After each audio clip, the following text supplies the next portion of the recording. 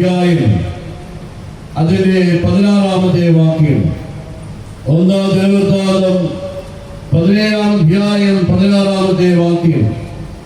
അപ്പോൾ ദാവീദ് രാജാവ് അകത്ത് ചെന്ന് യഹോവയുടെ സന്നിധിയിൽ ഇരുന്ന് പറഞ്ഞത് എന്തെന്നാൽ, യഹോവയായ ദൈവമേ, നീ എന്നെ ഇത്രത്തോളം കൊണ്ടുവരുവാൻ ഞാനാണ് എന്റെ ഗ്രഹവും എന്നുള്ളൂ. ദാവീദ് ദൈവസന്നിധിയിൽ ഇരുന്ന് പറയുന്നതായ അല്ലെങ്കിൽ താൻ ഉച്ചരിച്ചതായിരിക്കുന്ന ഒരു പ്രാർത്ഥന, യഹോവയായ ദൈവമേ, ഇത്രത്തോളം എന്നെ കൊണ്ടുവരുവാൻ ഞാനാണ് എന്റെ ഗ്രഹവും എന്നുള്ളൂ. 2025 ഈ ജനുവരി മാസം 13-ാം തീയതി ദൈവസന്നിധിയിൽ ദൈവവചനത്തിന് മുമ്പാകെ ഞാൻ നിങ്ങളുമായിരിക്കുമ്പോൾ ഈ വചനം എന്റെ ജീവിതത്തോട് ഇപ്രകാരം ഇടപെടുന്നു എന്ന് ചിന്തിപ്പാൻ ഈ രാത്രികാലം ഇടയായി തീരണം. ദാവീദിന്റെ ജീവിതത്തിന്റെ ചില അനുഭവങ്ങൾ എന്ന് ദാവീദ് പറയുമ്പോൾ അതേ അനുഭവത്തോട് എന്റെ ജീവിതവും ബന്ധപ്പെട്ടിരിക്കുന്നു എന്നൊന്ന് ചിന്തിപ്പാൻ ഈ രാത്രികാലം ദൈവത്തിൽ ഇരുന്ന് ഒന്ന് പ്രാർത്ഥിപ്പാൻ, ഇത്രത്തോളം എന്നെ കൊണ്ടുവരുവാൻ ഈ 104-ാമത് ഈ മല്ലപ്പള്ളി യൂണിയൻ കൺവെൻഷന്റെ ഈ 2-ാമത്തെ രാത്രിയിൽ വചനത്തിന് മുമ്പാകെ ആയിരിക്കുമ്പോൾ അധ്യക്ഷ പ്രസംഗത്തിലും അധ്യക്ഷ പ്രാർത്ഥനയിലും ശക്തമായി ഇടപെട്ടതുപോലെ, പരിശുദ്ധാത്മാവ് ഇടപെട്ടതുപോലെ വചനം എന്നോട് ഇടപെടണം. കർത്താവേ, വന്നതുപോലെയല്ല എന്റെ ജീവിതത്തിലെ അനുഭവങ്ങളിൽ, ഞാൻ ഇന്നായിരിക്കുന്ന ജീവിതത്തിലെ അനുഭവങ്ങളിൽ പിന്നീട് വഴികളിൽ പെരുമാറിച്ചതായ ദൈവിക ഇടപെടലിനെ ഒന്ന് ഗ്രഹണം ചെയ്യുവാൻ രാത്രികാലം ഇടയായി തീരണം. വന്നതുപോലെ ആവരുത്. തുറന്ന ഹൃദയത്തോടെ, തുറന്നതായ മനോഭാവത്തോടെ കർത്താവേ, നിന്റെ വചനം എന്നോട് ഇടപെടുന്നു എന്ന് പ്രാർത്ഥിക്കുന്നുണ്ടെങ്കിൽ ദാവീദിന്റെ ജീവിതാനുഭവങ്ങളുടെ മധ്യത്തിൽ നിന്നുകൊണ്ട് ഈ രാത്രികാലവും അതേ വചനം, ഈ രാത്രികാലവും നമ്മോട് ദൈവത്തിന്റെ വിശുദ്ധാത്മാവ് ഇടപെടും എന്നുള്ള യാതൊരു പക്ഷവുമില്ല. പ്രത്യേകമായി ദൈവസന്നിധിയിൽ ദാവീദ് പ്രാർത്ഥിക്കുമ്പോൾ ദാവീദിന്റെ പുറകോട്ടുള്ളതായ ചില ജീവിതത്തിലെ ചില അനുഭവങ്ങളെ പറഞ്ഞ് മുന്നോട്ട് പോകാം എന്ന് ആഗ്രഹിക്കുക. വിശുദ്ധ വേദപുസ്തകം വളരെ വ്യക്തമായി പറയുന്ന പോലെ ദൈവത്തിന്റെ ഹൃദയപ്രകാരമുള്ള മനുഷ്യനെന്ന് ദാവീദിനെ പറ്റി രേഖപ്പെടുത്തിയിട്ടുണ്ട്. ചെറുപ്രായം മുതലേ നമുക്കറിയാവുന്നതായ ചരിത്രമാണ്. ദാവീദിന്റെ ജീവിതത്തിന്റെ പ്രാരംഭ വഴികളെ എനിക്ക് നിങ്ങൾക്കും അറിയാവുന്നതാണ്. ആട്ടിടയനായ തന്റെ അപ്പന്റെ ആടുകളെ മേയിച്ചുകൊണ്ട് നടന്നതായ ഒരു യൗവനകാലം അല്ലെങ്കിൽ ഒരു ബാല്യകാലമുള്ളതായ ഒരു ദാവീദ്. എന്നാൽ ദൈവത്തിന്റെ കരം അല്ലെങ്കിൽ ദൈവത്തിന്റെ തിരഞ്ഞെടുപ്പ് അവന്റെ പേരുണ്ടായി എന്ന് വിശുദ്ധ വേദപുസ്തകം പഠിപ്പിക്കുന്നതായ സത്യമാണ്. ഇസ്രായേലിന്റെ രാജ്യത്വ സ്ഥാനത്തിലേക്ക് ദൈവത്തിന്റെ തിരഞ്ഞെടുപ്പ് ലഭിച്ചതായ ഒരു വ്യക്തിത്വത്തിന്റെ ഉടമയായ ദാവീദിനെ വിശുദ്ധ വേദപുസ്തകം പഠിപ്പിക്കുന്നുണ്ട്. താൻ പിന്നിട്ടതായ വഴികളിൽ ദൈവത്തിന്റെ ഇടപെടൽ അനുഭവിച്ചതായ ദാവീദ്, ആത്മീയമായ അനുഭവങ്ങളുടെ മധ്യത്തിൽ ദൈവിക ഇടപെടൽ പ്രാപിച്ചതായ ദാവീദ് കാലത്തിൽ ഇസ്രായേലിന്റെ രാജസ്ഥാനത്തേക്ക് ഉയർത്തപ്പെട്ടതായ ഒരു ദാവീദ് ഇസ്രായേലിന്റെ ചരിത്രത്തിൽ സ്വർണ്ണലിപികളാൽ 40 വർഷക്കാലം ദൈവത്തിന്റെ കൃപയാൽ രാജ്യത്തെ ഭരിച്ചതായ ദാവീദ്. എനിക്ക് നിങ്ങൾക്ക് അറിയാവുന്നതായ ദാവീദിന്റെ മുഖം. എന്നാൽ രാജസ്ഥാനത്തിരിക്കെ 40 വർഷക്കാലത്തോളം ഒന്നുമില്ലായുടെ അനുഭവത്തിൽ നിന്ന് തന്നെ ഇത്രത്തോളം കൊണ്ടുവന്നതായ ഒരു ദൈവം, ഇത്രത്തോളം അനുഭവിച്ചതായ ദൈവം, ഇത്രത്തോളം ദൈവിക കൃപകളാൽ തന്നെ നിറച്ചതായ ഒരു ദൈവം. ആ സമയത്ത് ദാവീദിന്റെ ഉള്ളിലൂടെ കടന്നുപോകുന്ന ഒരു ചിന്ത, യഹോവയുടെ ദൈവപ്പെട്ട ജെറുസലേമിലേക്ക് പുറകിൽ യഹോവയ്ക്ക് ഒരു ആലയം പണിയണം, യഹോവയ്ക്ക് ഒരു ആലയം പണിയണം. ചിന്തയ്ക്ക് പ്രശ്നമില്ല, ആലോചനയ്ക്ക് പ്രശ്നമില്ല. എന്നാൽ ദൈവത്തിന്റെ ഹിതവും ദൈവത്തിന്റെ ഇടപെടലും വ്യത്യസ്തമാണ്.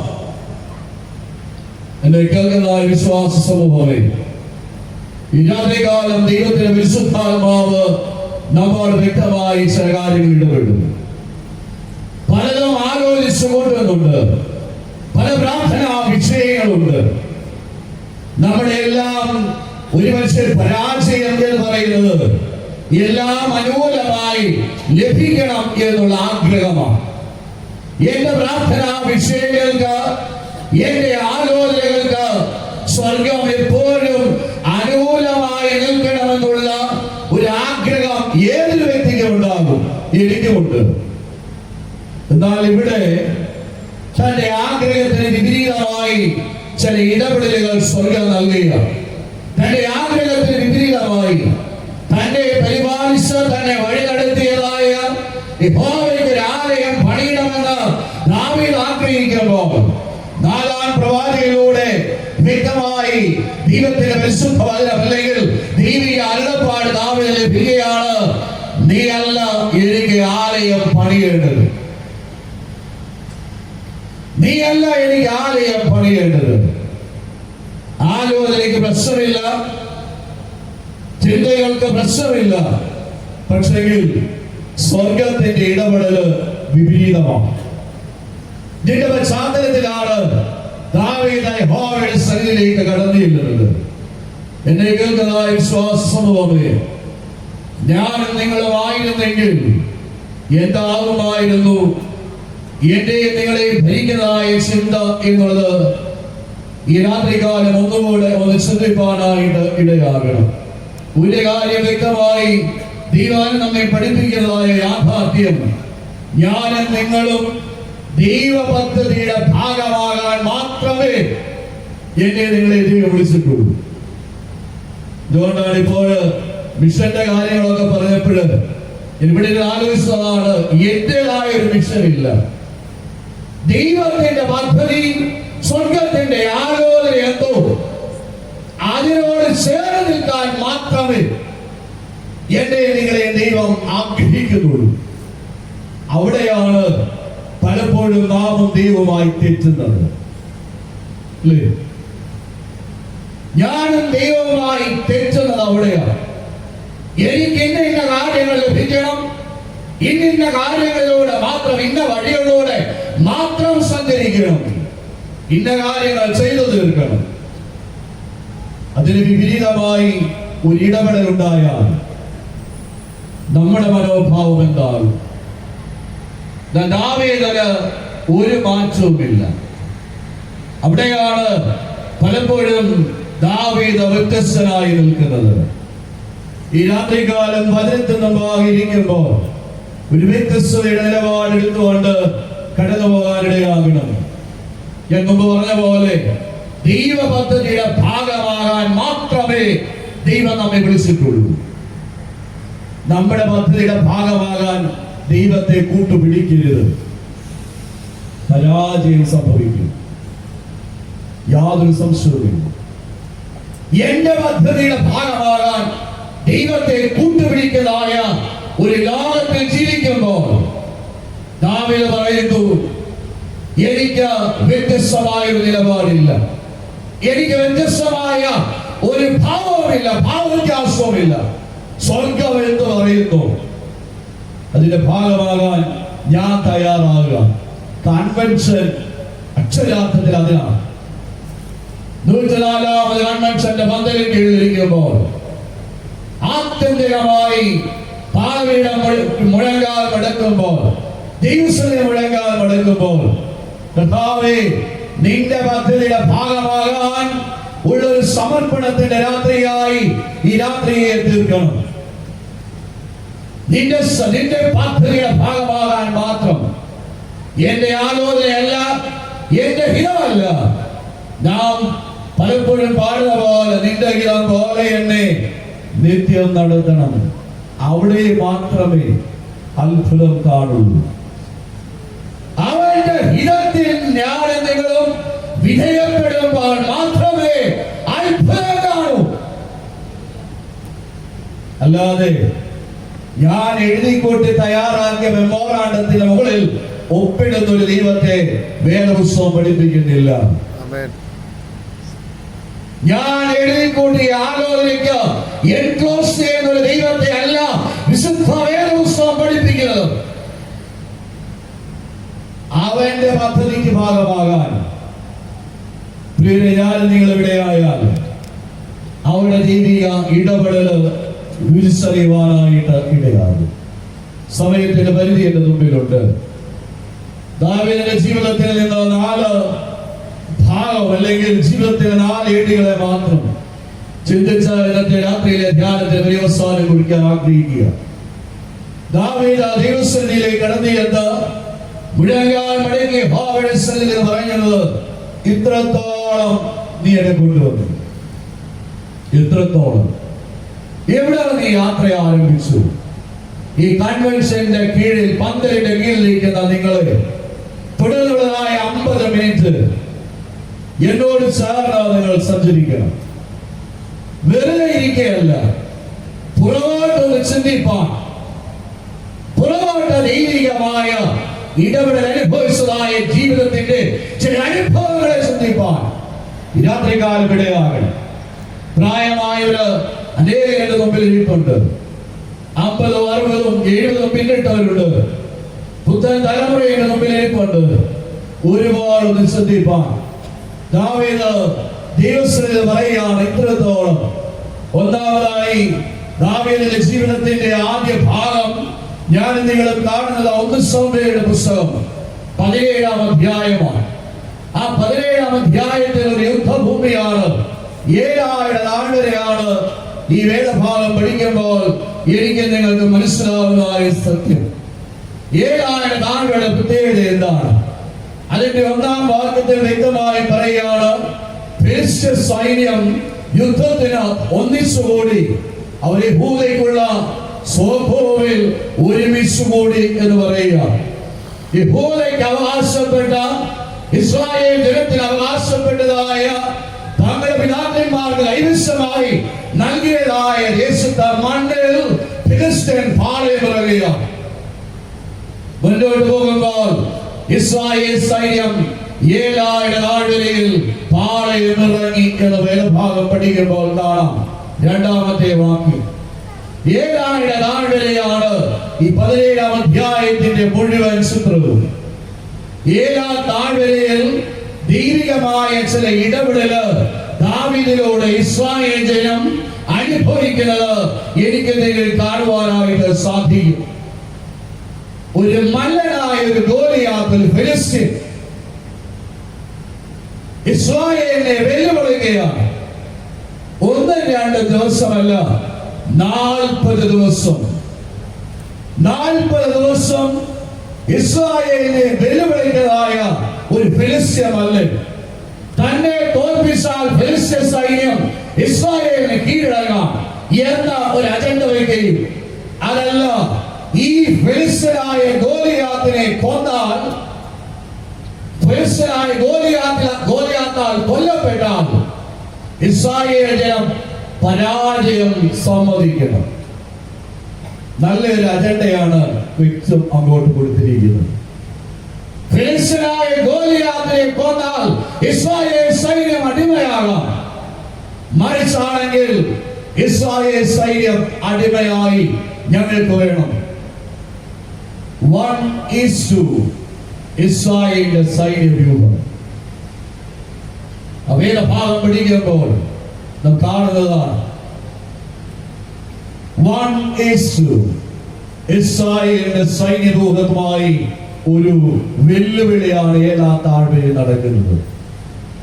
എന്നാൽ തന്റെ അപ്പന്റെ നിർദ്ദേശപ്രകാരം സഹോദരന്മാരെ തിരക്കി വരുന്നതായ ഒരു ദാവീദ് കടന്നു വരുമ്പോൾ ദാവീദ് കാണുന്നതായ കാഴ്ച ഇതാണ്. 7,000 താഴ്വരയിൽ ഫിലിസ്ത്യനായ ഒരു ഗോലിയാത്ത് നിന്നുകൊണ്ട് ഇസ്രായേലിന്റെ നിരകളെ വെല്ലുവിളിക്കുന്നതായ ഒരു ചിത്രം. അവിടെയൊന്നും ദാവീദ് ഇടപെടുന്നില്ല. പക്ഷെങ്കിൽ ദാവീദ് ഇടപെട്ടത് എവിടെയെന്ന് വ്യക്തമായി 26-ാം വാക്യം മുതൽ പഠിച്ചു വരുമ്പോൾ നാം കാണുന്നുണ്ട്. അവിടെ ദാവീദ് പറയുന്ന പ്രകാരമാണ്, ഈ ഫിലിസ്ത്യനെ കൊന്ന് ഇസ്രായേലിനെ നീക്കിക്കളയുന്നവന് എന്ത് കിട്ടും? ജീവനുള്ള ദൈവത്തിന്റെ സേനകളെ, ജീവനുള്ള ദൈവത്തിന്റെ സേനകളെ നിന്ദിപ്പാൻ ഈ അഗ്രസർണിയായ ഫിലിസ്ത്യൻ ആർ എന്ന് പറഞ്ഞു. വെല്ലുവിളി ഒന്നും പ്രശ്നമാക്കിയാതെ നിന്നപ്പോൾ ഒരു ഭാഗം വന്നപ്പോൾ ദാവീദ് അസ്വസ്ഥപ്പെടുക. ജീവനുള്ള ദൈവത്തിന്റെ സേനയെ നിന്ദിപ്പാൻ ഇവൻ ആരാ? മുന്നോട്ട് പോകുമ്പോൾ നാം കാണുന്നതായ ഭാഗം അതിന്റെ 45 വാക്യത്തിന്റെ അവസാനം, ഞാനോ നീ നിന്ദിച്ചിട്ടുള്ള യിസ്രായേലിന്റെ നിരകളിൽ വസിക്കുന്ന യഹോവയുടെ നാമത്തിൽ, സൈന്യങ്ങളുടെ യഹോവയുടെ നാമത്തിൽ നിന്റെ നേരെ വരുന്നു. ദാവീദ് വ്യക്തമായി താൻ ആരാധിക്കുന്ന ദൈവത്തെ പറ്റിയും താൻ സേവിച്ചു നിൽക്കുന്ന ദൈവത്തെ പറ്റിയും ബോധ്യമുള്ള ഒരു മനുഷ്യൻ തന്റെ ദൈവം നിന്ദിക്കപ്പെടുന്നിടത്ത് ഇടപെടുന്നതായ ഒരു ഭക്തൻ. ഇവിടെയാണ് ഞാനും നിങ്ങളും നമ്മെ പറ്റി ഒന്ന് ആലോചിക്കേണ്ടത്. ഇസ്രായേലിന്റെ സൈന്യപൂർവം ഒരു ഭാഗത്ത് നിൽക്കുമ്പോൾ ഒരുവൻ ജീവനുള്ള ദൈവത്തെ നിന്ദിക്കുമ്പോൾ അത് സഹിക്കാൻ കഴിയാതെ ഒരുവൻ പ്രതികരിക്കുക. നമ്മുടെയൊക്കെ ചില ജീവിതത്തിന്റെ അനുഭവങ്ങളിൽ, പ്രശ്നത്തിന്റെ ചില അനുഭവങ്ങളിൽ ദൈവത്തെ ഉയർത്തിക്കാട്ടുവാൻ എനിക്ക് നിങ്ങൾക്ക് ഇടയാവുന്നുണ്ടോ? അതോ പ്രശ്നമാണോ വലുത്? ചിന്തിക്കണം. പ്രശ്നമാണോ ഞാൻ സേവിച്ചു നിൽക്കുന്ന ജീവനുള്ള ദൈവമാണോ വലുത്? മുന്നോട്ട് പോകുമ്പോൾ ദാവീദ് ഗോലിയാത്തിനോട് യുദ്ധം ചെയ്യുന്നു. ഗോലിയാത്തിനെ വധിക്കുക. വധിച്ചതിന് ശേഷം മുന്നോട്ട് കടന്നു പോകുമ്പോൾ അതിന് 21-ാം അധ്യായം അതിന്റെ 9-ാം വാക്യം ഇപ്രകാരമാണ്, അപ്പോൾ പുരോഹിതൻ 7-ാം താഴ്വരയിൽ വെച്ച് നീ കൊന്ന ഫിലിസ്ത്യനായ ഗോലിയാത്തിന്റെ വാൾ ഏഫോദിൻ പുറകിൽ ഒരു ശീലയിൽ പൊതിഞ്ഞ് വച്ചിരിക്കുന്നു. അത് വേണമെങ്കിൽ എടുത്തുകൊള്ളുക, അല്ലാതെ വേറെ ഒന്നുമില്ല എന്ന് പറഞ്ഞു. അതിന് തുല്യ മറ്റൊന്നില്ല, അതെനിക്ക് തരയണം എന്ന് ദാവീദ് പറഞ്ഞു. ഏഫോദിൽ പൊതിഞ്ഞതായ ഈ വാൾ ദാവീദിനെ പല കാര്യങ്ങൾ ഓർമ്മപ്പെടുത്തുന്നുണ്ട്. അതുകൊണ്ടാണ് ഒന്നാമതായി ദാവീദ് യഹോവയുടെ സന്നിധിയിൽ ഇരുന്ന് പറയാൻ കാരണം, ശത്രുവിന്റെ കയ്യിൽ കൊടുക്കാതെ വണ്ണം ഇത്രത്തോളം കൊണ്ടുവരുവാൻ ഞാനും എന്റെ ഗ്രഹവും എന്തുള്ളൂ. ചോദിക്കട്ടെ, ഈ 2025-ന്റെ 104-ാമത് ഈ യൂണിയൻ കൺവെൻഷന്റെ 2-ാം രാത്രിയിൽ ജീവിതത്തിന്റെ പുറകോട്ടൊന്ന് തിരിഞ്ഞു നോക്കി ഉഗ്രരൂപം പ്രാപിച്ചതായ ഈ ഗോലിയാത്തിനെ പോലുള്ള പല ഫിലിസ്ത്യന്റെ മധ്യത്തിൽ നിന്നും യഹോവയായ ദൈവം തകർത്ത് കളയാതെ കൊണ്ടുവന്നത് കൊണ്ടല്ലേ ഈ രാത്രിയിൽ ഞാൻ ദൈവത്തിന്റെ കീഴിലായിരിക്കുന്നത്. തകർത്ത് കളയാൻ എത്രയോ ഫിലിസ്ത്യന്മാർ കഴിഞ്ഞ കാലങ്ങളിൽ വെല്ലുവിളിച്ചിട്ടുണ്ട്. എത്രയോ ഫിലിസ്ത്യന്മാർ എന്നേക്കാൾ ബലമുള്ള, എന്നേക്കാൾ ശക്തിയുള്ള, എന്നേക്കാൾ പ്രബലമായത് എന്നെ നിലവിളിച്ചും എന്റെ നേരെ പോർവിളി കൂട്ടിയപ്പോഴും തന്റെ കൃപയാൽ എന്നെ നിർത്തിയതായ ഒരു ദൈവം എനിക്കില്ലേ. Hallelujah, hallelujah. യേശുവേ നന്ദി, യേശുവേ സ്തോത്രം. ഹല്ലേലൂയ. പ്രിയപ്പെട്ടവരെ, 2024-ന്റെ അനുഭവം പുറകോട്ട് നിങ്ങളൊന്ന് ഓടിച്ചാൽ മതി. എന്നേക്കാൾ ബലവത്തായവർ എന്നെ നീക്കിക്കളയാൻ ആഗ്രഹിച്ചിടത്ത്, എന്നെ ഒന്നുമല്ലാതാക്കാൻ ശ്രമിച്ച ഇടത്ത് തന്റെ കൃപയാൽ എന്നെ നിർത്തിയതായ ദൈവം, ആ ദൈവസന്നിധിയിലാണ് ഞാൻ നിങ്ങൾ ഈ രാത്രി കാലമായിരിക്കുന്നത്. ശരിയാണ്, ആലയത്തിന്റെ പണിക്ക് സ്വർഗം അനുകൂലമായ ഒരു കാര്യം ഇടപെടുന്നില്ല. ദൈവം ഇടപെടുന്നില്ല. പക്ഷെങ്കിൽ പിറുപിറുപ്പില്ല. പുറകോട്ട് നോക്കുമ്പോൾ അനേക ഫെലിസ്ത്യ മല്ലന്മാരിടയിൽ നിന്ന്, അനേക പോർക്കളത്തിൽ നിന്ന് തന്നെ ഇല്ലായ്മ ചെയ്യാൻ ആഗ്രഹിച്ച സൗലിന്റെ വാൾമുനയിൽ നിന്ന് തന്നെ ഇത്രത്തോളം കൊണ്ടുവന്നതായ ഒരു ദൈവമുണ്ട് എന്ന് പ്രഖ്യാപിക്കുന്നതാവില്ല. അവിടെയാണ് ദാവീദും ഞാനും വ്യത്യസ്തമാകും. നമ്മൾ വ്യത്യസ്തമാകുന്നു. ഞാൻ പറഞ്ഞു വെച്ചല്ലോ, വേറെ ആരുമില്ല എങ്കിലും ദാവീദിന് ഉത്തമ ബോധ്യമുണ്ട്. തന്റെ കൂടെ ഇറങ്ങി വരുന്നൊരു ദൈവം ഏലാ താഴ്വരയിലുണ്ട്. എന്റെ കൂടെ ആരുമില്ലെങ്കിലും ഞാൻ സേവിക്കുന്ന ദൈവം എനിക്ക് വേണ്ടി പോർക്കളത്തിൽ ഇറങ്ങും. എത്ര പേർക്ക് വിശ്വാസമുണ്ട്? ദാവീദ്, നീ ഏലാ താഴ്വരയിൽ തന്നെയാണ് എന്ന് നീ തോന്നരുത്. അതുകൊണ്ടാണ് ആദ്യമേ ഞാൻ പറഞ്ഞു വെച്ചത്, പ്രശ്നത്തെ നോക്കി ഭയപ്പെടാനല്ല, പ്രശ്നത്തെ നോക്കി ഞാനും നിങ്ങളും താന്നിരിക്കാനല്ല. പൗലോസ് അപ്പോസ്തലൻ പറഞ്ഞു വെച്ച പോലെ, ഞാൻ ആരെ സേവിക്കുന്നു എന്ന് ഞാൻ അറിയുന്നു. ക്രൈസ്തവ ഗോളത്തിന്റെ ഇന്നിന്റെ പരാജയം എന്താണ്? ദുഃഖം തോന്നരുത്. സേവിക്കുന്ന ദൈവത്തെ പറ്റിയുള്ള ബോധ്യമില്ലാതെ വരുന്ന ഒരു കാലം. സേവിച്ചു നിൽക്കുന്ന ദൈവം ഒരുവനായാലും ഞാൻ മാത്രമായാലും എനിക്ക് വേണ്ടി ഇടപെടുമെന്ന ദാവീദിന് ഉത്തമ ബോധ്യമുണ്ട്. നമുക്കും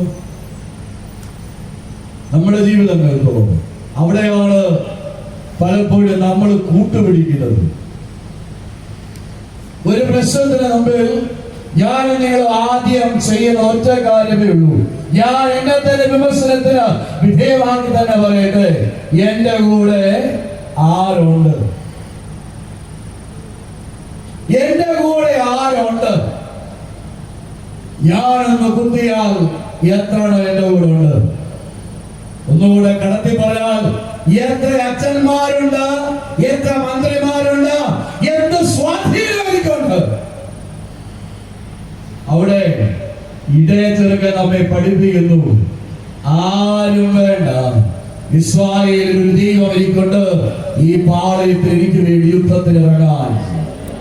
ഹല്ലേലൂയ, ഹല്ലേലൂയ. ദാവീദേ, ദാവീദേ, ഇത്രത്തോളം നീ എന്നെ കൊണ്ടുവന്നു എന്ന് നീ പറയുമ്പോൾ അവന്റെ ജീവിതത്തിന്റെ ആദ്യ അനുഭവത്തിൽ നിന്ന് ദാവീദ് പറഞ്ഞിരിക്കുന്ന ഒരു കാര്യമുണ്ട്.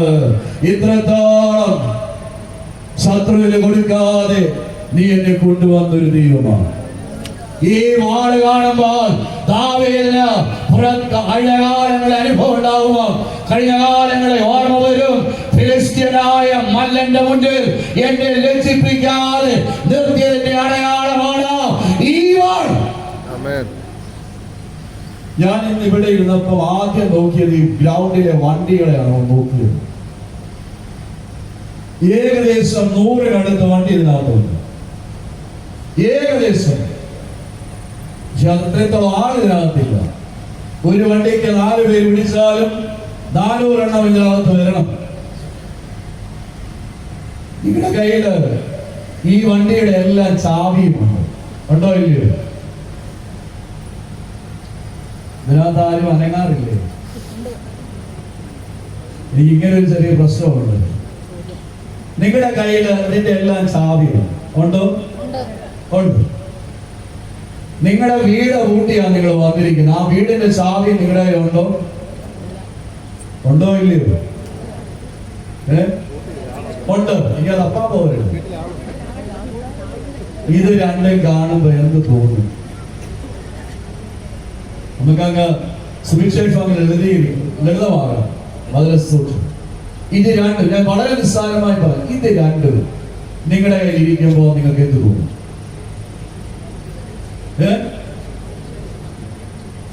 ചിലർക്ക് നെബൂഖദ്നേസറിന്റെ ആത്മാവ് കയറും. നെബൂഖദ്നേസറിന്റെ ആത്മാവ് ഏതാണ്? ഇതെന്റെ ധനമാഹാത്മ്യത്താൽ ഞാൻ പണിത മഹനീയ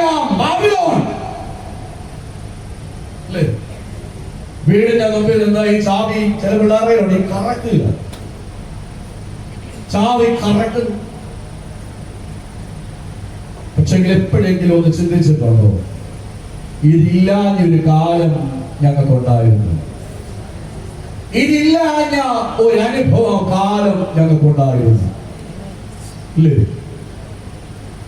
ഈ വീടിന് അടിസ്ഥാനം ഇട്ടപ്പോൾ ഇത് തീർക്കുന്നത് എങ്ങനെ എന്ന് ചിന്തിച്ച കാലമുണ്ടായിരുന്നു. ഈ പണി മുടങ്ങേണ്ട അനേക ഫെലിസ്ത്യന്മാർ എന്റെ മുമ്പിൽ നിന്നതാ. അനേക പ്രശ്നങ്ങളുടെ താഴ്വരയിൽ ഞാൻ കടന്നുപോയതാ. ഇന്ന് ഈ ചാവി എന്റെ കയ്യിൽ. അതുകൊണ്ടാണ് ഏഫോദിൽ പൊതിഞ്ഞ വാള് ഈ ദാവീദിനെ ഓർമ്മപ്പെടുത്തുന്നതെന്നറിയാമോ? മല്ലന്മാർ പരാജയപ്പെട്ടെടുത്ത, സഹോദരങ്ങൾ പരാജയപ്പെട്ടെടുത്ത, ഇസ്രായേലിന്റെ സൈന്യവ്യൂഹം പരാജയപ്പെട്ടെടുത്ത എന്റെ ദൈവം, ഞാൻ ആരാധിക്കുന്ന എന്റെ ദൈവം എനിക്ക് ഏതായ താഴ്വരയിൽ ശത്രുവിനെ തകർക്കത്തക്കവണ്ണം എനിക്ക് വേണ്ടി ഇറങ്ങി വന്നൊരു ദൈവമുണ്ട്. ഇനിയെങ്കിലും ഇതൊന്നും ഓർക്കണം. ചാവി മാറി മാറി പലത് കയ്യിൽ വന്നു. സ്കൂട്ടർ മാറി കാറായി, കാറിന്റെ പല ചാവികൾ കയ്യിലായി. ഇത്രത്തോളം ശത്രുവിന് കൊടുക്കാതെ, ശത്രുവിന് കൊടുക്കാതെ ഇത്രത്തോളം എന്നെ കൊണ്ടുവരുവാൻ ഞാനും എന്റെ ഗ്രഹവും എന്തുണ്ട് കർത്താവേ. ദാവീദ് പറയുകയാണ്, ആലോചനയ്ക്ക് വിപരീതമാണ് സ്വർഗം, പക്ഷെങ്കിൽ ആ ആലോചനയോട് ചേർന്ന് ഞാൻ ജീവിക്കുന്നു, ഞാൻ സമർപ്പിക്കുന്നു. പിറുപിറുപ്പില്ല, പിറുപിറുപ്പില്ല. ഭക്തനായ മനുഷ്യൻ ലഭിച്ചതിൽ സന്തോഷവും ലഭിക്കാത്തതിൽ പിറുപിറുപ്പും അവസാനിച്ചാൽ ആത്മീയയിൽ ഒരു പടി കൂടെ ഈ വർഷം നമ്മൾ വളരും. ലഭിച്ചതിൽ സന്തോഷവും ലഭിക്കാത്തതിൽ പിറുപിറുപ്പും അവസാനിച്ചാൽ 2025 കൺവെൻഷനെ 2024 കൺവെൻഷനേക്കാൾ ഒരു പടി കൂടെ നമ്മൾ വരും. ദാവീദ് പറയാണ്, പിറുപിറുപ്പില്ല, സന്തോഷം. ദൈവത്തിന്റെ ഹിതത്തിൽ ഞാൻ വിധേയപ്പെടുന്നു. അതുകൊണ്ട് ഒന്നാമതായി ദാവീദ് ചിന്തിച്ച് അവസാനിപ്പിക്കുന്ന ദാവീദിന്റെ ജീവിതത്തിൽ നിന്ന് ദാവീദ് പറയുവാനായിട്ട് ആഗ്രഹിക്കുന്നത്, ശത്രുവിന് കൊടുക്കാതെ ഇത്രത്തോളം എന്നെ കൊണ്ടുവന്ന ആ ഒരു ദൈവം എനിക്കുണ്ട്, ജീവനുള്ള എന്റെ ദൈവം. 2 ദിനവൃത്താന്തം 17-ാം അധ്യായം അതിന്റെ 7-ാം വാക്യത്തിന്റെ അവസാനം, നീ എന്റെ ജനമായ ഇസ്രായേലിന് പ്രഭുവായിരിക്കേണ്ടതിന് ഞാൻ നിന്നെ പുൽപ്പുറത്ത് നിന്ന് ആടുകളെ നോക്കുമ്പോൾ തന്നെ എടുത്തു. ഞാൻ പറഞ്ഞ് അവസാനിപ്പിച്ചത്, ശത്രുവിന്റെ കയ്യിൽ കൊടുക്കാതെ വണ്ണം ഇത്രത്തോളം എന്നെ കൊണ്ടുവരുന്നതായ ദൈവമേ, ഞാനും എന്റെ ഗ്രഹവും എന്തുള്ളൂ എന്ന് ദാവീദ് പറയുമ്പോൾ, രണ്ടാമത് ദാവീദ് യഹോവയുടെ സന്നിധിയിൽ എന്ന് പറയുന്നതായ രണ്ടാമത്തെ കാര്യം, പുൽപ്പുറത്ത് എന്നെ കൊണ്ടുവന്ന ദൈവമേ, ഇത്രത്തോളം കൊണ്ടുവരുവാൻ ഞാൻ എന്റെ ഗ്രഹവും എന്തുള്ളൂ.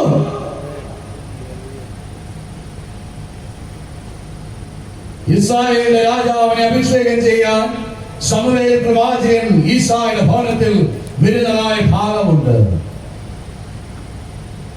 ലോകം യോഗ്യനെന്ന് കണ്ടവര് അപ്പൻ പിടിച്ചു നിർത്തിയ, പലപ്പോഴും അങ്ങനെയാണല്ലോ. യോഗ്യനെന്ന അപ്പനും അമ്മയ്ക്ക് തോന്നിയവര്. അതുകൊണ്ടാണ് 27-ാം സങ്കീർത്തനത്തിൽ ദാവീദ് പറഞ്ഞ് അവസാനിപ്പിച്ചു, എന്റെ അപ്പനും അമ്മയെ ഉപേക്ഷിച്ചാലും യഹോവയെ ചേർക്കും. ഹല്ലേലൂയ. എന്റെ അപ്പന്റെ അമ്മയുടെ ദൃഷ്ടിയിൽ ഞാൻ ഒന്നുമല്ല എന്നൊരു കാലം എനിക്കുണ്ട്. ലോകത്തിന്റെ ദൃഷ്ടിയിൽ ഞാൻ ഒന്നുമല്ല എന്നൊരു കാലം എനിക്കുണ്ട്. ഇരുന്നത് പുറകോട്ട് ഒന്ന് ചിന്തിക്കണം. ഇന്ന് ഉണ്ടെന്ന് പറയുന്നതും കൈവച്ച് അവകാശപ്പെടുന്നതും ഒന്നും ഇല്ലാഞ്ഞ ഒരു പഴയ കാലം. ദാവീദ് അതാണ് പറഞ്ഞത്, പുൽപ്പുറത്ത് നിന്ന് എന്നെ കൊണ്ടുവന്നതായ ഒരു ദൈവം. ആടിനെ മേയിച്ചുകൊണ്ടിരുന്ന ജീവിതത്തിന് മുന്നോട്ട് എങ്ങനെയെന്ന് ചിന്തിച്ച പ്രതീക്ഷകളില്ലാതിരുന്നതായ ഒരു കാലഘട്ടത്തിന്റെ മധ്യത്തിൽ നിന്ന് എന്നെ തന്റെ കൃപയാൽ ഇതിലേക്ക് കൊണ്ടുവന്നെത്തിച്ചതായ ഒരു ദൈവം എനിക്കുണ്ട്. ദൈവത്തിൻ ജനമേ, രാത്രികാലം ഹൃദയത്തെ കഠിനമാക്കരുത്. പലപ്പോഴും നമ്മെ ഭരിക്കുന്നത് ഫറവോന്റെ ചിന്തയാണ്. ചില ജീവിതങ്ങളോട് ഇടപെട്ടാൽ ഞാൻ തന്നെ ഓർക്കും, ഫറവോന്റെ കൊച്ചുമകന്റെ അവസ്ഥയാണ് അല്ലേ? ഫറവോന്റെ കൊച്ചുമക്കളുടെ അവസ്ഥയാണ് പലർക്കും, ക്രൈസ്തവർക്കും. ഫറവോന്റെ ഒരു സ്വഭാവമുള്ളൂ, എന്തോ സ്വഭാവമാണ്, ഹൃദയകാഠിന്യം അല്ലേ? അതുകൊണ്ടാണ് ക്രിസ്ത്യൻ പ്രവചനം പറയുന്നത്, ഈ കല്ല് മാറണം. ഈ കല്ലായിരിക്കുന്ന ഹൃദയം എന്നിൽ നിന്നും നിങ്ങളിൽ നിന്നും മാറണമെങ്കിൽ എത്രത്തോളം പുൽപ്പുറത്ത് നിന്ന് കൊണ്ടുവന്നെത്തിച്ചതായ ഒരു ദൈവത്തെ ആരാധിപ്പാൻ, സ്തുതിപ്പാൻ നാവ് ചലിക്കണം. സ്തോത്രം വരാത്തതിന്റെ കാരണം എന്നറിയാമോ? നന്ദിയാൽ ഹൃദയം നിറയാത്തത് കൊണ്ടാണ്. നന്ദിയാൽ ഹൃദയം നിറഞ്ഞാൽ നാവ് ചലിച്ചേ മതിയാവൂ. ദാവീദ് പറഞ്ഞു, ഞാൻ യഹോവയെ എല്ലാ കാലത്തും സ്തുതിക്കും. കാരണം അവനറിയാം, അപ്പനും അമ്മയ്ക്കും ഞാൻ യോഗ്യനല്ലായിരുന്നു, ലോകത്തിന് ഞാൻ യോഗ്യനല്ലായിരുന്നു, എന്റെ സഹോദരന്മാർക്ക് ഞാൻ യോഗ്യനല്ലായിരുന്നു. എന്നാൽ അതിനേക്കാൾ ഉപരിയായി എന്നെ തേടിയെത്തിയതായ ഒരു സ്വർഗ്ഗം എനിക്കുണ്ട്.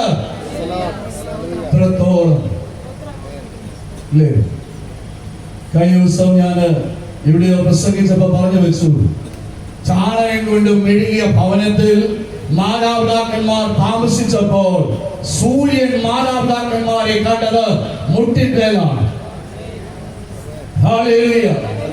എന്റെ നിങ്ങളുടെ പൂർവ്വരെ സൂര്യൻ കണ്ടത് മുട്ടിന്മേലാണ്. ഇന്നോ നമ്മുടെ തലമുറകളെ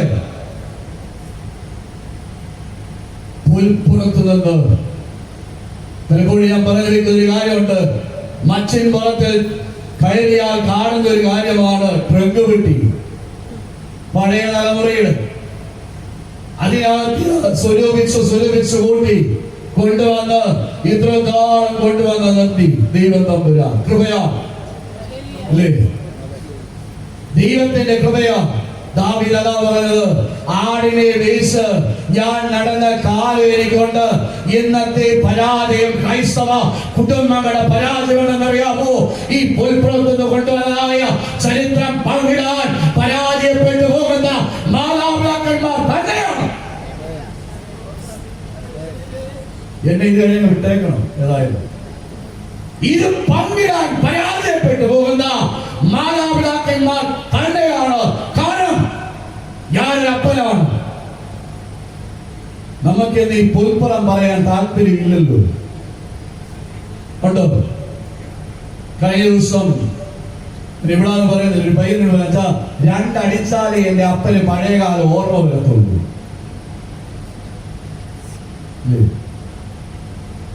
രണ്ടടിച്ചാലേ എന്റെ അപ്പന് പഴയകാല ഓർമ്മ വരുന്നുള്ളൂ. ഇത് തന്നെയാണ് ഈ ക്രൈസ്തവ ഗോളത്തിന്റെ ഈ കാലഘട്ടത്തിന് വെല്ലുവിളി. നമ്മൾ അത് കഴിഞ്ഞ് ഒരു കാര്യത്തിന് തമ്പുരാനെന്ന് നോ പറഞ്ഞാൽ ഓടുക.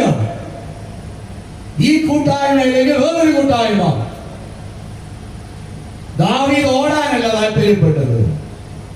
ദാവീദ് പറഞ്ഞു, അപ്പൻ തള്ളി, അമ്മ തള്ളി, 7,000 സഹോദരന്മാർ പറഞ്ഞു, നീ എന്തിനാ എന്ത് കാര്യത്തിന് വന്നു?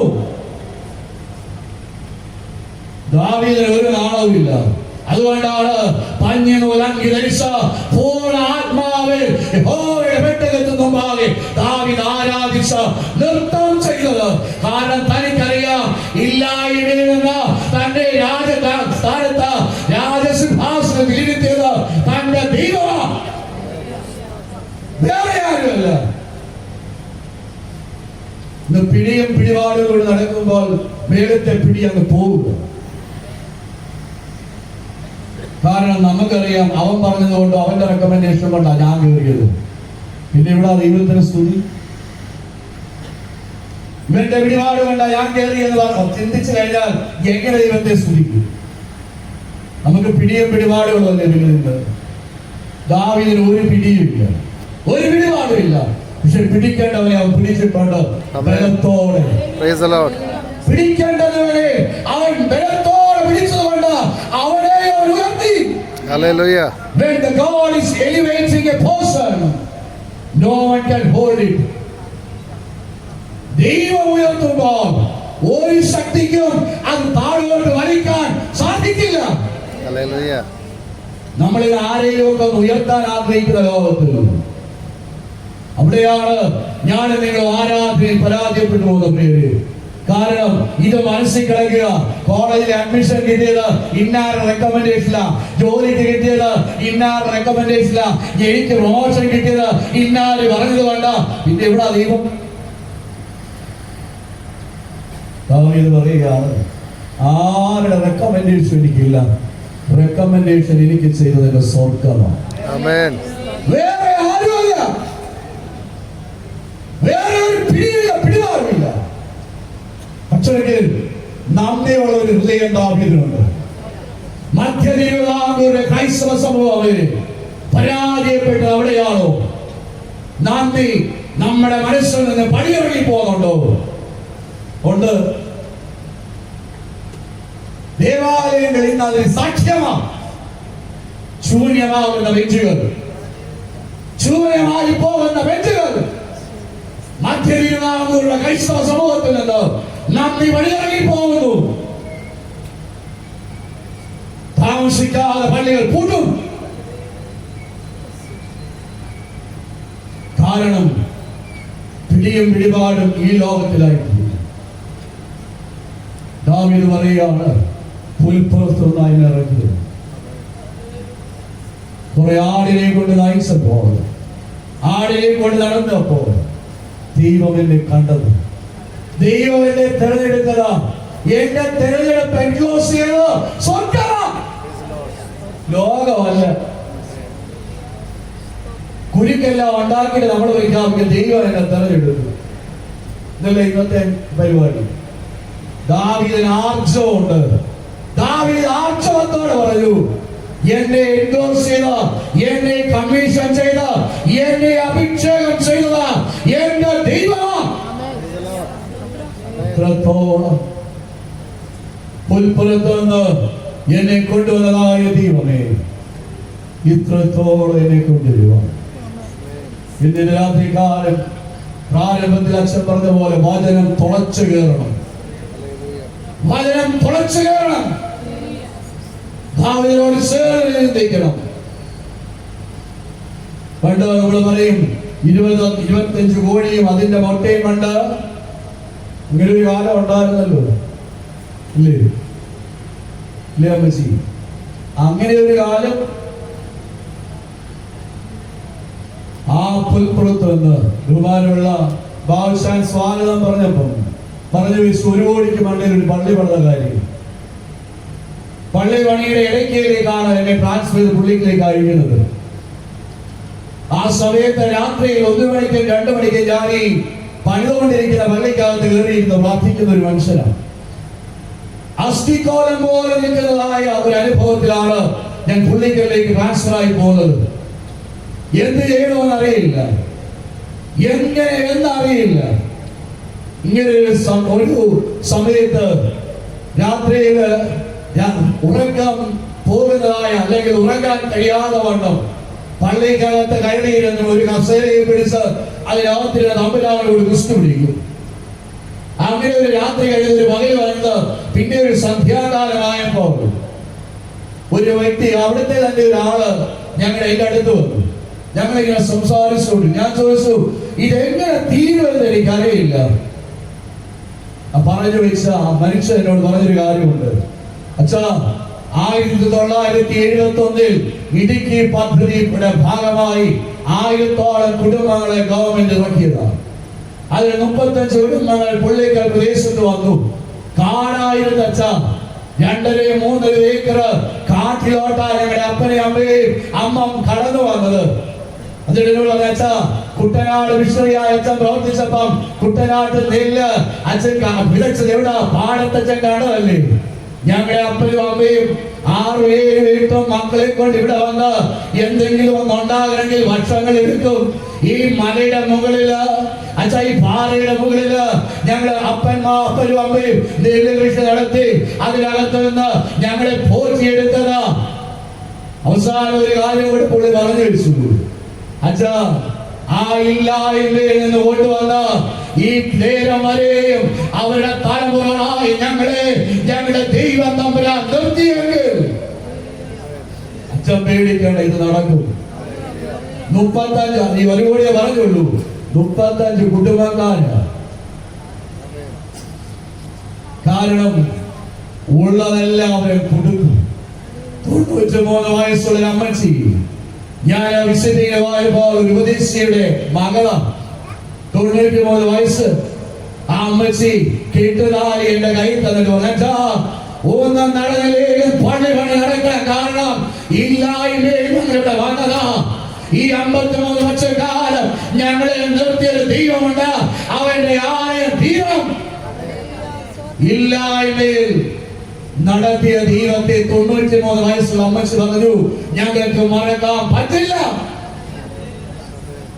എന്തോ ഞാനും നിങ്ങളും ഇല്ലായ്മയിൽ നടത്തിയൊരു ദൈവത്തെ ഞങ്ങൾക്ക് മറക്കാൻ കഴിയത്തില്ല. അച്ഛാ, 71 വന്ന അവർ ആദ്യം പണിത് വീടല്ല. നിനക്കറിയാമോ?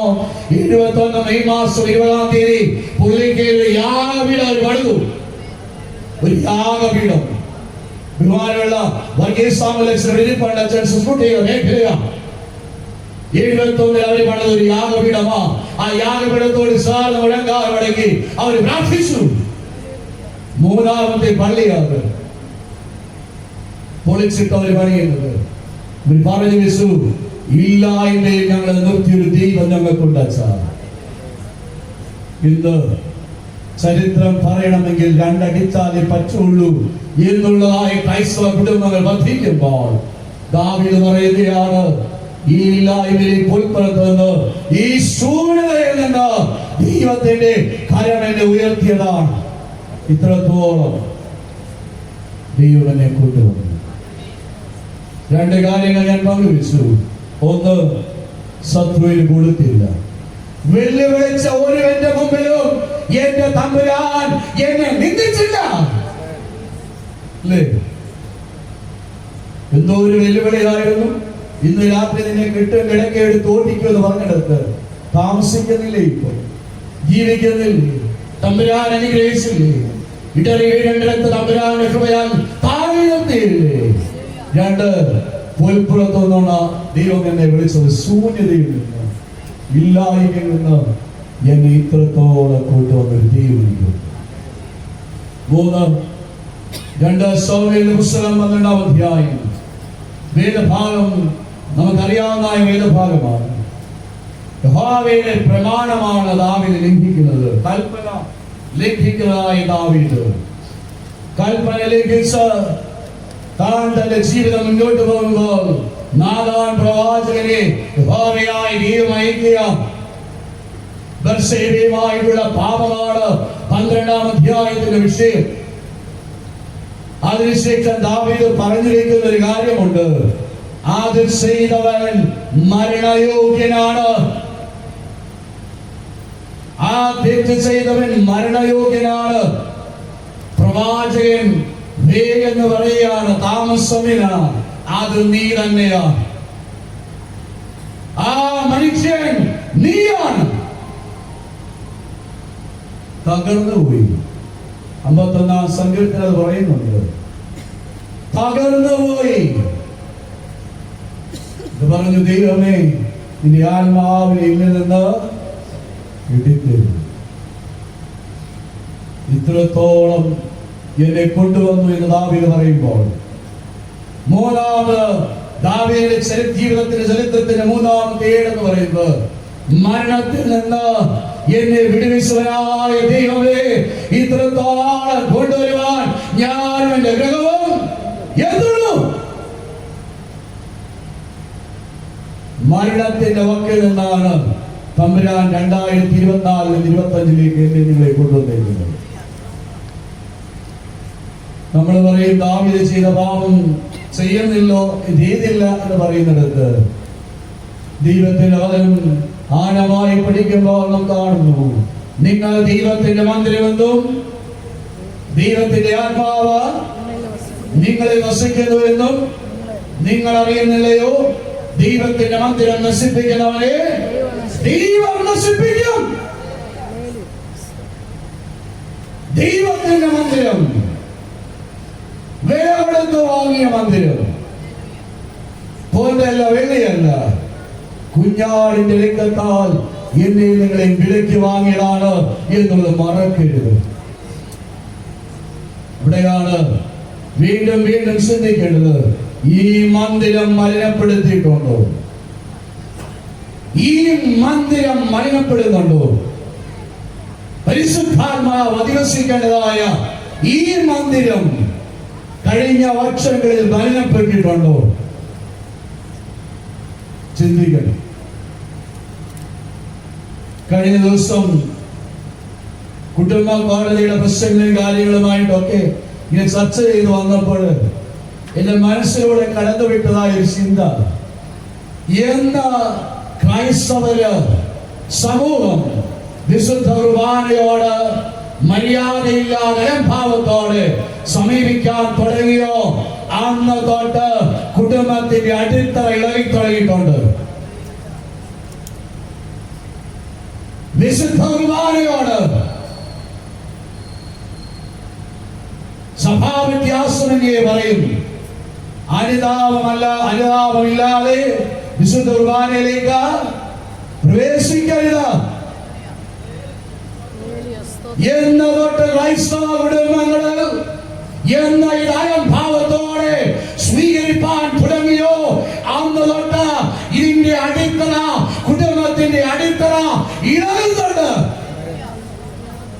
തലേ ദിവസം വരെ കൂത്തും തലേ ദിവസം വരെ കുടിയും കഴിഞ്ഞിട്ട് പിറ്റേ ദിവസം വിശുദ്ധ കുർബാനയ്ക്ക് വാതുറക്കുന്ന മരിക്കേണ്ടതല്ലേ? മരിക്കേണ്ടതല്ലായിരുന്നോ? 2024 തകർക്കേണ്ടതല്ലായിരുന്നോ? എന്തേ ദൈവം നിർത്തിയത്? തകർക്കേണ്ടതല്ലായിരുന്നു. ഒരിടത്ത് വിശുദ്ധ കുർബാനയ്ക്ക് അപ്പം കൊടുത്തു, വിരിഞ്ഞു കൊടുത്ത് മുന്നോട്ട് പോയപ്പോ വാ തുറന്നെന്റെ ബോധം വെച്ചു. ഞാൻ ആദ്യം ഓർത്ത് ഇതെന്തൊരു മണമാണ്. ക്ഷമിക്കണം, പള്ളിയിലെ കപ്പ്യാത്ത കാര്യമാണ് എനിക്ക് പറയുന്നത്. ക്ഷമിക്കണം, ബോധം കഴിയ. ഏതായാലും കൊറോണ വന്ന് മർത്തോമാ സഭയിൽ എങ്ങനെയാണെങ്കിൽ CSI സഭക്കാർ പലരും രക്ഷപ്പെട്ടു. കാര്യം ഇതിങ്ങനെ ക്ലാസ്സിലങ്ങ് കൊടുക്കും, ഇതിപ്പോ വാ തുറക്കണ്ടല്ലോ. അച്ഛന്മാരെല്ലാം അങ്ങനെ ബോധക്കേട് രക്ഷപ്പെട്ടു. വീഴിക്കണം ഇതിനെ. ദാവീദ് പറഞ്ഞു വെച്ചെന്ന് അറിയാം, ദൈവമേ നിന്റെ പരിശുദ്ധാത്മാവിനെ എന്നിൽ നിന്ന് എടുക്കരുത്, ഞാൻ പാപം ചെയ്തു. അവസാനം നമ്മൾ പ്രാർത്ഥിച്ചെന്ന കർത്താവേ നിന്റെ ആലയത്തെ ഞാൻ മലിനപ്പെടുത്തി, പരിശുദ്ധാത്മാവിന് വിരോധമായി ഞാൻ ചെയ്തു പോയി, എന്നോട് ക്ഷമിക്കണം. നമ്മുടെ പ്രാർത്ഥന ഒന്നേ ഉള്ളൂ, ഒന്നൊരു ജോലി, ഒരു ഭാര്യയെ കിട്ടണം, പിന്നെന്താണ് 2 മക്കളുണ്ടാകണം, 3 ബെഡ്റൂമുള്ള വീടുണ്ടാകണം, 4 ഇരുചക്ര വാഹനം ഉണ്ടാകണം, 5 ശമ്പളം ഉണ്ടാകണം. ഇതിനപ്പുറത്തോട്ട് പ്രാർത്ഥന പോകുന്നുണ്ട്. വീട്, വീസ, വണ്ടി. ദാവീദ് പറയുകയാണ്, നിന്റെ പരിശുദ്ധാത്മാവ് കർത്താവേ, മരണകരമായ പാപമാണ് ചെയ്തത്. അവസാനമായി ചങ്കുലഞ്ഞ് ഈ പ്രാർത്ഥന പ്രാർത്ഥിച്ചതാണ് ക്രൈസ്തവ സമൂഹം. എല്ലാ വിശുദ്ധ കുർബാനയും ഒരാഴ്ച അനൗൺസ് ചെയ്യുമ്പോൾ ഒരുക്കത്തോടെ ഈ മന്ദിരം വേറെടുത്ത് വാങ്ങിയ ചങ്ങിലെ അവസാന രക്തം വരെ തന്ന എന്റെ നാഥന് വിശുദ്ധമായി നിർത്തുവാൻ എനിക്ക് നിൽക്കാൻ സാധിക്കുന്നില്ലെങ്കിൽ അമ്പേ പരാജയപ്പെട്ടു എന്ന് സമ്മതിക്കേണ്ടതായി വരും. പ്രിയരെ, കൺവെൻഷൻ എന്തിനാ? ഇതൊരു അനുതാപത്തിന്റെ തരംഗമായി തീരണം. കൺവെൻഷൻ അനുതാപത്തിന്റെ അനുഭവമായി തീരണം. 104 കൺവെൻഷൻ നടത്തിയെന്നല്ല, ഈ കൺവെൻഷൻ കണ്ട് എന്നെ തന്നെ ഒന്ന് പുതുക്കുന്ന പരിശുദ്ധാത്മാവിന് വിരോധമായി ചെയ്തത് ഈ പന്തലിൽ ഇറക്കി വെച്ച പുതുശക്തി പ്രാപിച്ചു മടങ്ങുവാൻ. ദാവീദ് പറഞ്ഞു, നിന്റെ ആത്മാവിനെ എടുത്താൽ എനിക്ക് പിന്നെ നിലനിൽപ്പില്ല. കാരണം ദാവീദിന് അറിയാം, ഇസ്രായേലിന്റെ സകലതും ഒരു ത്രാസിൽ തൂക്കി വെച്ചാലും ദൈവത്തിന്റെ കൃപയില്ലെങ്കിൽ ഒന്നുമില്ല. നമുക്കോ എല്ലാം വേണം, ഇതില്ലേലും പോട്ടെ. കഴിഞ്ഞ ദിവസം 12ാം ക്ലാസ്സിൽ പഠിക്കുന്ന ഒരു പെൺകുട്ടി പറഞ്ഞു വെച്ച കാര്യം, ഇന്നല്ലെങ്കിൽ എന്താണ് നിങ്ങൾ ആഘോഷിക്കുന്നത്? ഞങ്ങളുടെ ജീവിതം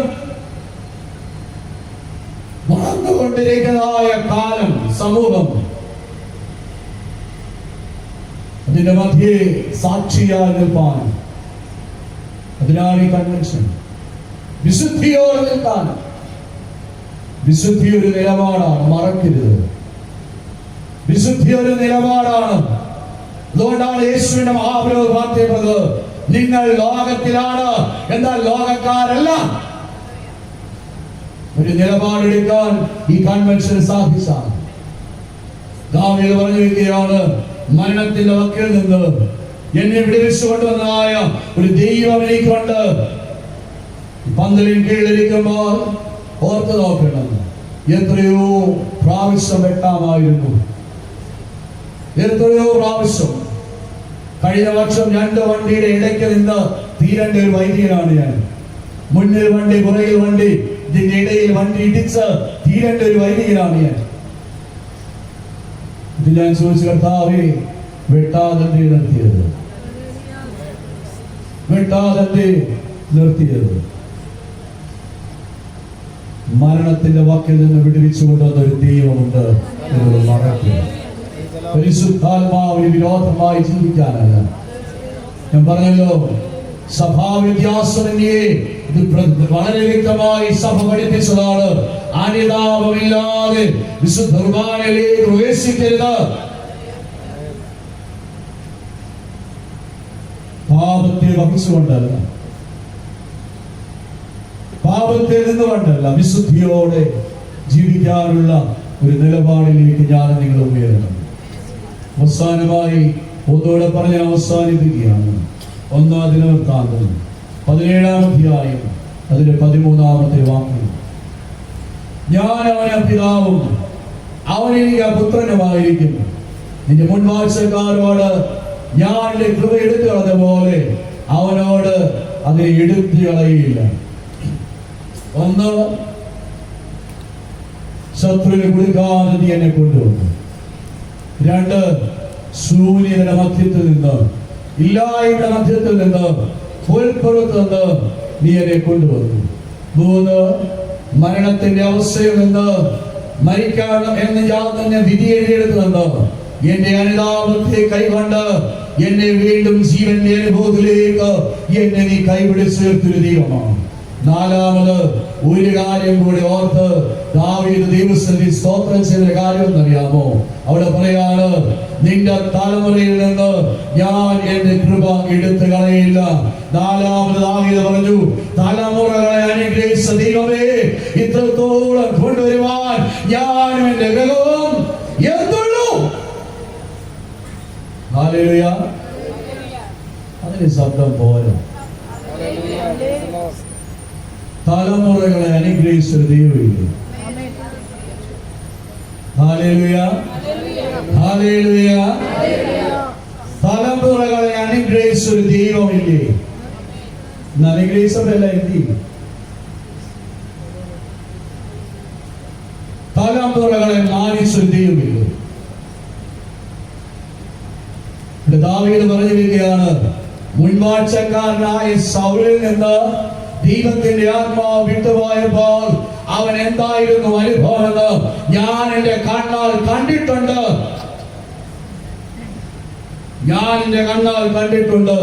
ദൈവാത്മാവ് വിട്ട് ശൗലിന്മേൽ നിന്ന് പോകുമ്പോൾ ദുരാത്മാവ് കയറുമ്പോൾ കിണ്ണനെടുത്ത് വായിക്കും. ഇവിടെ ദൈവത്തിന്റെ വചനം ദാവീദിനോട് ദൈവം പറയുകയാണ്, നിന്റെ തലമുറയിൽ നിന്ന് ഞാൻ കൃപ എടുത്ത് കളയില്ല.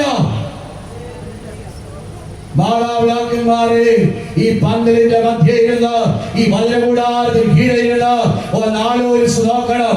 തമ്പുരാൻ തന്നതിനെ എങ്ങനെ വളർത്തു വരുന്നു? ഊനമില്ലാത്തതിന് പൂർണ്ണമായ അവസ്ഥയില് തലമുറയെ ദൈവം തമ്പുരാൻ തന്ന അനുഗ്രഹിച്ചപ്പോൾ പൂർവികരെ മേൽ വ്യാപരിച്ചതായ കൃപ, മാതാപിതാക്കന്മാരുടെ മേൽ വ്യാപരിച്ചതായ കൃപ എന്റെ തലമുറ മേൽ വ്യാപരിക്കുന്നതാത്ത ദൈവത്തെ സ്തുതിപ്പാൻ. Hallelujah, hallelujah, hallelujah. തലമുറകളെ അനുഗ്രഹിച്ച ദൈവം. ആമേൻ. ഈ പന്തലിനകത്തിന്റെ കുഞ്ഞിരിപ്പുണ്ട്. 5.5 വയസ്സാണുള്ളൂ. 2011 വിവാഹം കഴിഞ്ഞു. 2019 എനിക്കൊരു തലമുറയെ കിട്ടുന്നത്. ഇവിടെ ഇരിക്കുന്ന വൈദികർക്ക് പലർക്കും, പിന്നെ വീഴുന്നവരിൽ മധ്യയുണ്ട്, പലർക്കും കാര്യങ്ങൾ അറിയാവുന്നതാണ്. നീണ്ട 7 വർഷക്കാലം ഒരു തലമുറയ്ക്ക് വേണ്ടി പ്രാർത്ഥിച്ച ഒരു മനുഷ്യനാണ് ഞാൻ, ഒരു വൈദികനാണ്. 2018 നവംബർ മാസം അവസാന ട്രീറ്റ്മെന്റിന്റെ അവസാന ഘട്ടം 3 പ്രാവശ്യം ട്രീറ്റ്മെന്റ് പരാജയപ്പെട്ടു. അവസാനം എന്റെ ഭാര്യയിനകത്ത് ഇരിപ്പുണ്ട്. നിങ്ങൾ കണ്ടാൽ കാണുകയാണെങ്കിൽ ഒരു സ്കെലിറ്റൻ ഉണ്ടായിട്ടുണ്ട്. അവസാനത്തെ ട്രീറ്റ്മെന്റ് ഒരു ദിവസം 3 ഇഞ്ചക്ഷൻ വെച്ച് 5 മാസം, അതിനുശേഷം വീണ്ടും ഇഞ്ചക്ഷൻ. ലാസ്റ്റിൽ വേദന കൊണ്ട് പൊളയുന്നതായ അവസ്ഥ. എംബ്രിയോ ട്രാൻസ്പ്ലാന്റ് ചെയ്തു 2 എണ്ണം.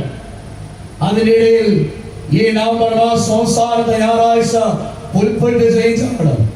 അന്ന് അലയും മർത്താമ ഇടവയിലാണ് ആരാധന. CSI ക്രമം തിരശ്ശീലയ്ക്ക് പുറകിൽ മക്കളായിട്ട് യാഗപീഠത്തിൽ നിന്നുകൊണ്ട് ആ യാഗപീഠത്തെ കെട്ടിപ്പിടിച്ച് കരഞ്ഞൊരു കരച്ചില് ഇന്ന് എന്റെ മനസ്സിലുണ്ട്. കർത്താവേ, ജീവന്റെ ഉറവിടം നീ മാത്രമാ. എന്ത് വൈദ്യശാസ്ത്രം കണ്ടാലും നീ തന്നില്ലേ എനിക്ക് കിട്ടത്തില്ല. മുന്നോട്ടൊരു സാധ്യത എനിക്കില്ല. ഇനിയൊരു ട്രീറ്റ്മെന്റ് ശരീരം സൂസന്റെ അനുവദിക്കത്തില്ല. നാളെ അവള് പോവുകയാണ് ടെസ്റ്റിന് വേണ്ടി, എന്തെന്നറിയത്തില്ല. ബഥേലിൽ യാക്കോബ് കരഞ്ഞതുപോലെ ഇരുന്ന് കരഞ്ഞൊരു പുരോഹിതനാണ് ഞാൻ. ദിവസം രാവിലെ 10 മണിക്ക് പോകുന്നതിന് മുമ്പ് വിളിച്ചു, പ്രാർത്ഥിച്ചു. 10:15 റിസൾട്ട് വന്നു. ചാച്ച പോസിറ്റീവാണ്. ഹല്ലേലൂയ. എനിക്ക് ദൈവത്തെ സ്തുതിക്കാൻ ഒരു നാണക്കേടുമില്ല. ഹല്ലേലൂയ. കാരണം അനേക ഫിലിസ്തീന്റെ മധ്യേ എന്റെ വായെ തുറന്നു നിർത്തിയ ഒരു ദൈവം എനിക്കുണ്ട്. അതുകൊണ്ടാണ് ഈ ദൈവത്തെ ആരാധിക്കുന്നത്. അതിനുശേഷം ഡിസംബർ 5-ാം തീയതി വീണ്ടും ബ്ലീഡിംഗ് ആയി. ചെന്നപ്പോഴേ അവൾ ചോദിച്ചൊരു കാര്യമുണ്ട്, ഉണ്ടോ ഇല്ലയോ സിസ്റ്ററെ എന്ന് പറ. ദുബായില് അസൂരയാണ്, അവള് തന്നെയാണ് നാട്ടില്. ഉണ്ടോ ഇല്ലയോ എന്നങ്ങ് പറ. അതിനുശേഷം പറഞ്ഞു, കുഴപ്പമില്ല. എംബ്രിയോ ട്രാൻസ്പ്ലാന്റ് കഴിഞ്ഞപ്പോഴല്ലോ 16 ദിവസം പായയിൽ മുട്ടമടക്കി രാവും പകലിൽ കണ്ണുനീരൊഴുക്കി. കർത്താവ് എന്റെ പായയിൽ ഇറങ്ങി വന്നൊരു ദൈവമാ, എന്റെ കണ്ണുനീര് വഴി തുറന്നൊരു ദൈവമാ. ഹല്ലേലൂയ. അതിനുശേഷം ഞാൻ ഓർത്തു, ഇത്രയും നാള് പ്രാർത്ഥിക്കാൻ ഇടം കൈയും വലം കൈയും തന്നവരോട് പറഞ്ഞേക്കാം. ഞാൻ പറഞ്ഞപ്പോൾ ശ്വാസം കൂടിയ ഉറച്ചു വരുവാണ്. അച്ഛ ഒന്നും മിണ്ടണ്ട. എന്തോ അച്ഛ ഒന്നും മിണ്ടണ്ട. 3 മാസം കഴിയട്ടെ. നാട്ടുനടപ്പ് അതാണല്ലോ അല്ലേ, തലയാട്ടരുത്. നാട്ടുനടപ്പ് അങ്ങനെ. 3 മാസം കഴിയട്ടെ. ആ സമയത്ത് വിളിച്ചപ്പോൾ തന്നെ ഞാൻ പറഞ്ഞു, സൂസൻ കൺസീവാണ് എന്ന് പറഞ്ഞപ്പോൾ പറഞ്ഞ മറുപടി ഞാൻ ഓർത്തു, എന്റെ ദൈവമേ, ഇവരോടുകൂടെ ആയിരുന്നു ഞാൻ മുഴങ്കാൽ മുടക്കിയത്. പൂ കൊടുത്താൽ ഹല്ലേലൂയയും ഗ്ലോറിയും പ്രൈസ് ദി ലോർഡ്. കർത്താവിന്റെ സന്നിധിയിൽ കരഞ്ഞു ഉപവസിച്ച് പ്രാർത്ഥിച്ചപ്പോൾ ദൈവം വ്യക്തമായി ഇടവിട്ടു. ദൈവം പറഞ്ഞു 14 അധ്യായം 27 വാക്യം, സൈന്യങ്ങളെ യഹോവ നിർദ്ദേശിച്ചിരിക്കുന്നു, അത് ദുർബലമാക്കുന്നതാർ. അവൻ കൈ നീട്ടിയിരിക്കുന്നു, അത് മടക്കുന്നതാർ. ഹല്ലേലൂയ. യഹോവ തടസ്സപ്പെടുത്താനും ദുർബലമാക്കാനും യഹോവ കൈ നീട്ടി നൽകിയത് മടക്കാനും, യഹോവ കൈ മടക്കാനും ഏത് ശാസ്ത്രത്തിനാണ് സാധിക്കുന്നത്? ഏത് കാലത്തിനാണ് സാധിക്കുന്നത്? ലോകം പറഞ്ഞു അച്ഛന് തലമുറ ഉണ്ടാവില്ല, സാധിക്കില്ല. തമ്പുരാൻ പറഞ്ഞു, എന്റെ ആലോചന ദുർബലമാക്കുന്നതാരാണ്? എന്റെ കൈയെ മടക്കാൻ ആർക്കാണ് സാധിക്കുന്നത്? രാത്രികാലവും അതേ ആർജവത്തോടെ ഞാൻ പറയും, തലമുറകളെ അനുഗ്രഹിച്ച ദൈവമേ, ഇത്രത്തോളം കൊണ്ടുവരുവാൻ ഞാനും എന്റെ ഗൃഹവും എന്തുണ്ട്? ഇന്ന് തലമുറയോ ഇതെല്ലാം വളർന്നു. വളരട്ടെ, എനിക്ക് യാതൊരു പ്രശ്നവുമില്ല. വളർന്നപ്പോൾ പ്രശ്നം വന്നത് അപ്പന്റെ ദൈവം വേണ്ട, അപ്പന്റെ സഭ വേണ്ട, അപ്പൻ ആരാധിച്ച യാഗപീഠം വേണ്ട. തലമുറയ്ക്ക് യാഗപീഠം വേണ്ട. വേദനയോടെ ഞാൻ പറയുന്നത്, തലമുറയ്ക്ക്, പുത്തൻ തലമുറയ്ക്ക് ഇത് യാഗപീഠങ്ങൾ വേണ്ട, ജീവനുള്ള ദൈവം വേണ്ട. ഇല്ലായ്മയിൽ നിന്ന് തന്റെ മാതാപിതാക്കന്മാരെ നടത്തി പരിപാലിച്ച വിശ്വസ്തയോടെ കോട്ട കെട്ടി സൂക്ഷിച്ച ദൈവം വേണ്ട.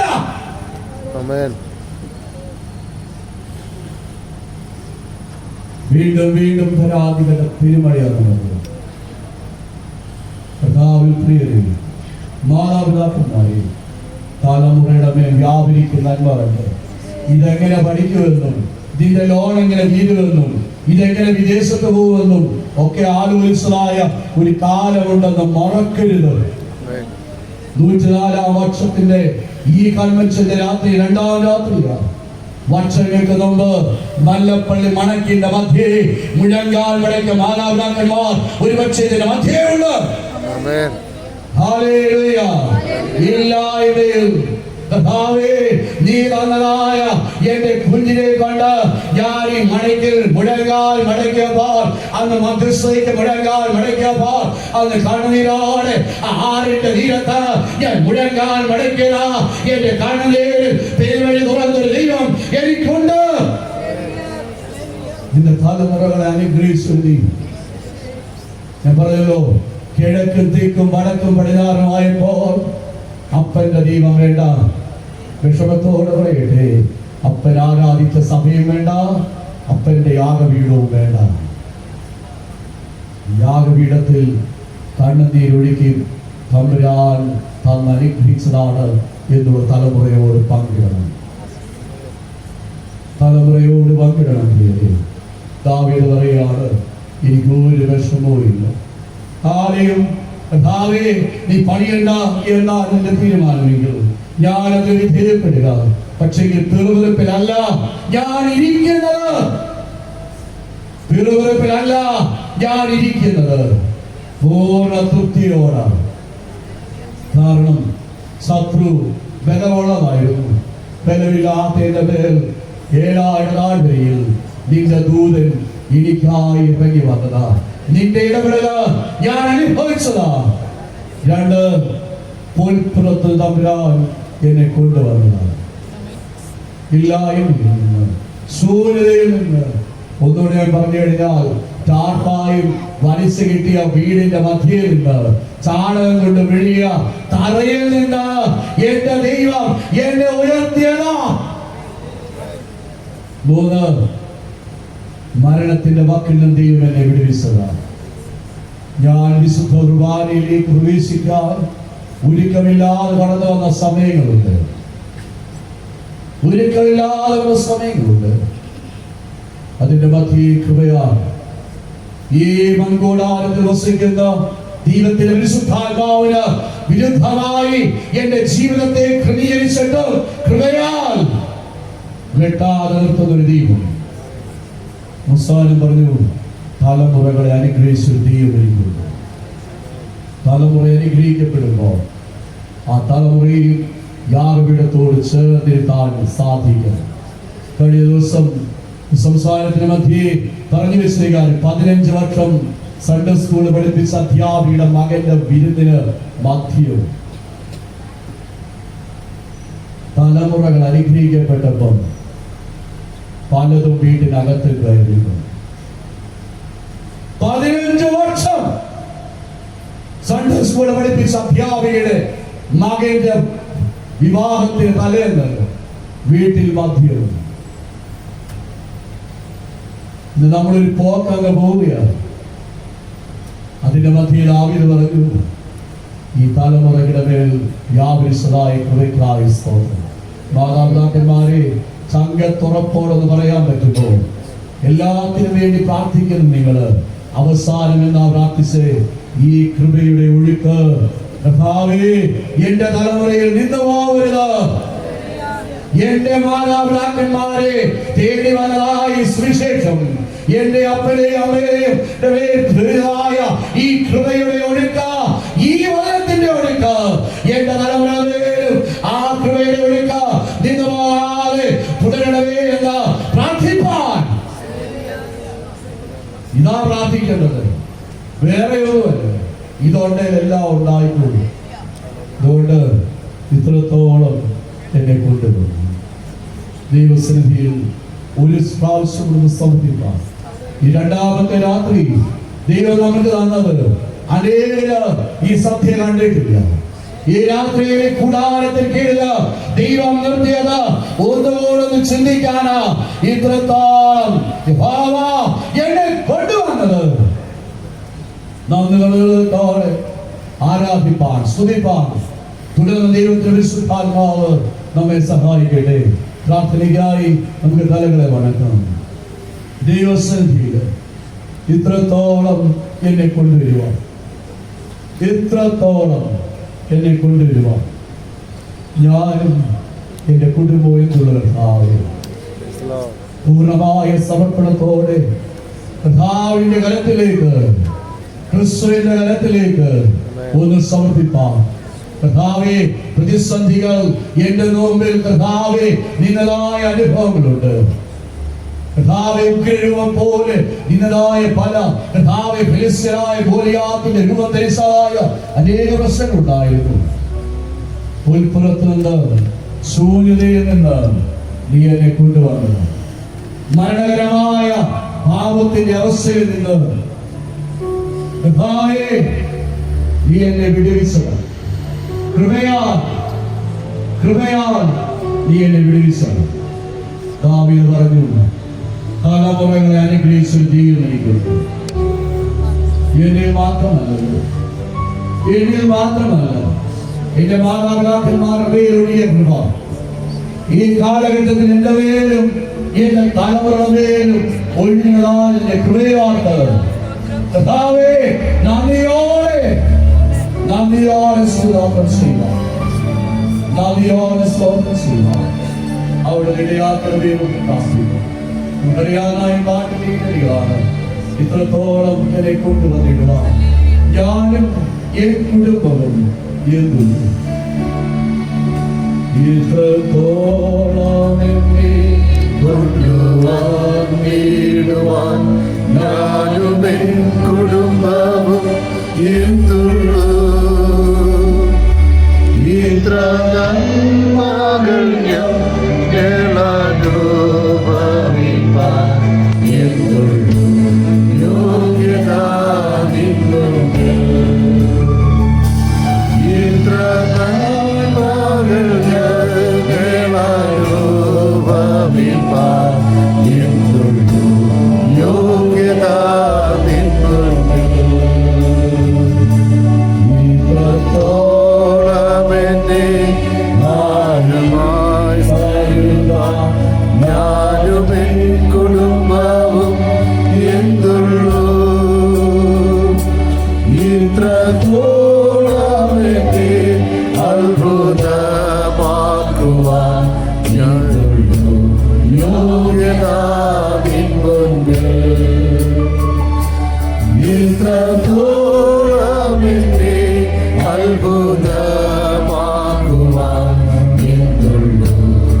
യോഗ്യത നിൻ മുൻപിൽ.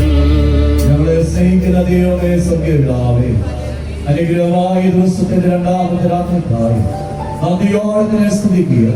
കുടുംബമായ ദിവസത്തിന് വഴങ്ങാൻ മടക്കുവാൻ പിന്നിട്ട വഴികളിൽ വ്യാപരിച്ചതായ ദൈവനന്മയും ആവശ്യമുള്ളത് ഓർക്കുവാൻ ഹൃദയം തുറന്ന ദൈവത്തെ സ്തുതിപ്പാൻ നന്ദിയാൽ ഹൃദയം നിറഞ്ഞ ഹൃദയങ്ങൾ തുറന്ന ദൈവത്തെ ആരാധിപ്പാൻ ഈ സന്ധ്യയിലൂടെ ഞങ്ങൾക്ക് നന്നായി കൃപയ്ക്കായി നന്ദിയോടെ സ്തോത്രം.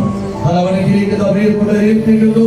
അദൃശ്യമായി നിന്റെ വലത്തിൽ നീട്ടി തമ്പുരാനെ കുടുംബമായി അനുഗ്രഹിക്കണമേ. നിന്റെ കൃപയിൽ ഓരോരുത്തരെ സൂക്ഷിക്കണം.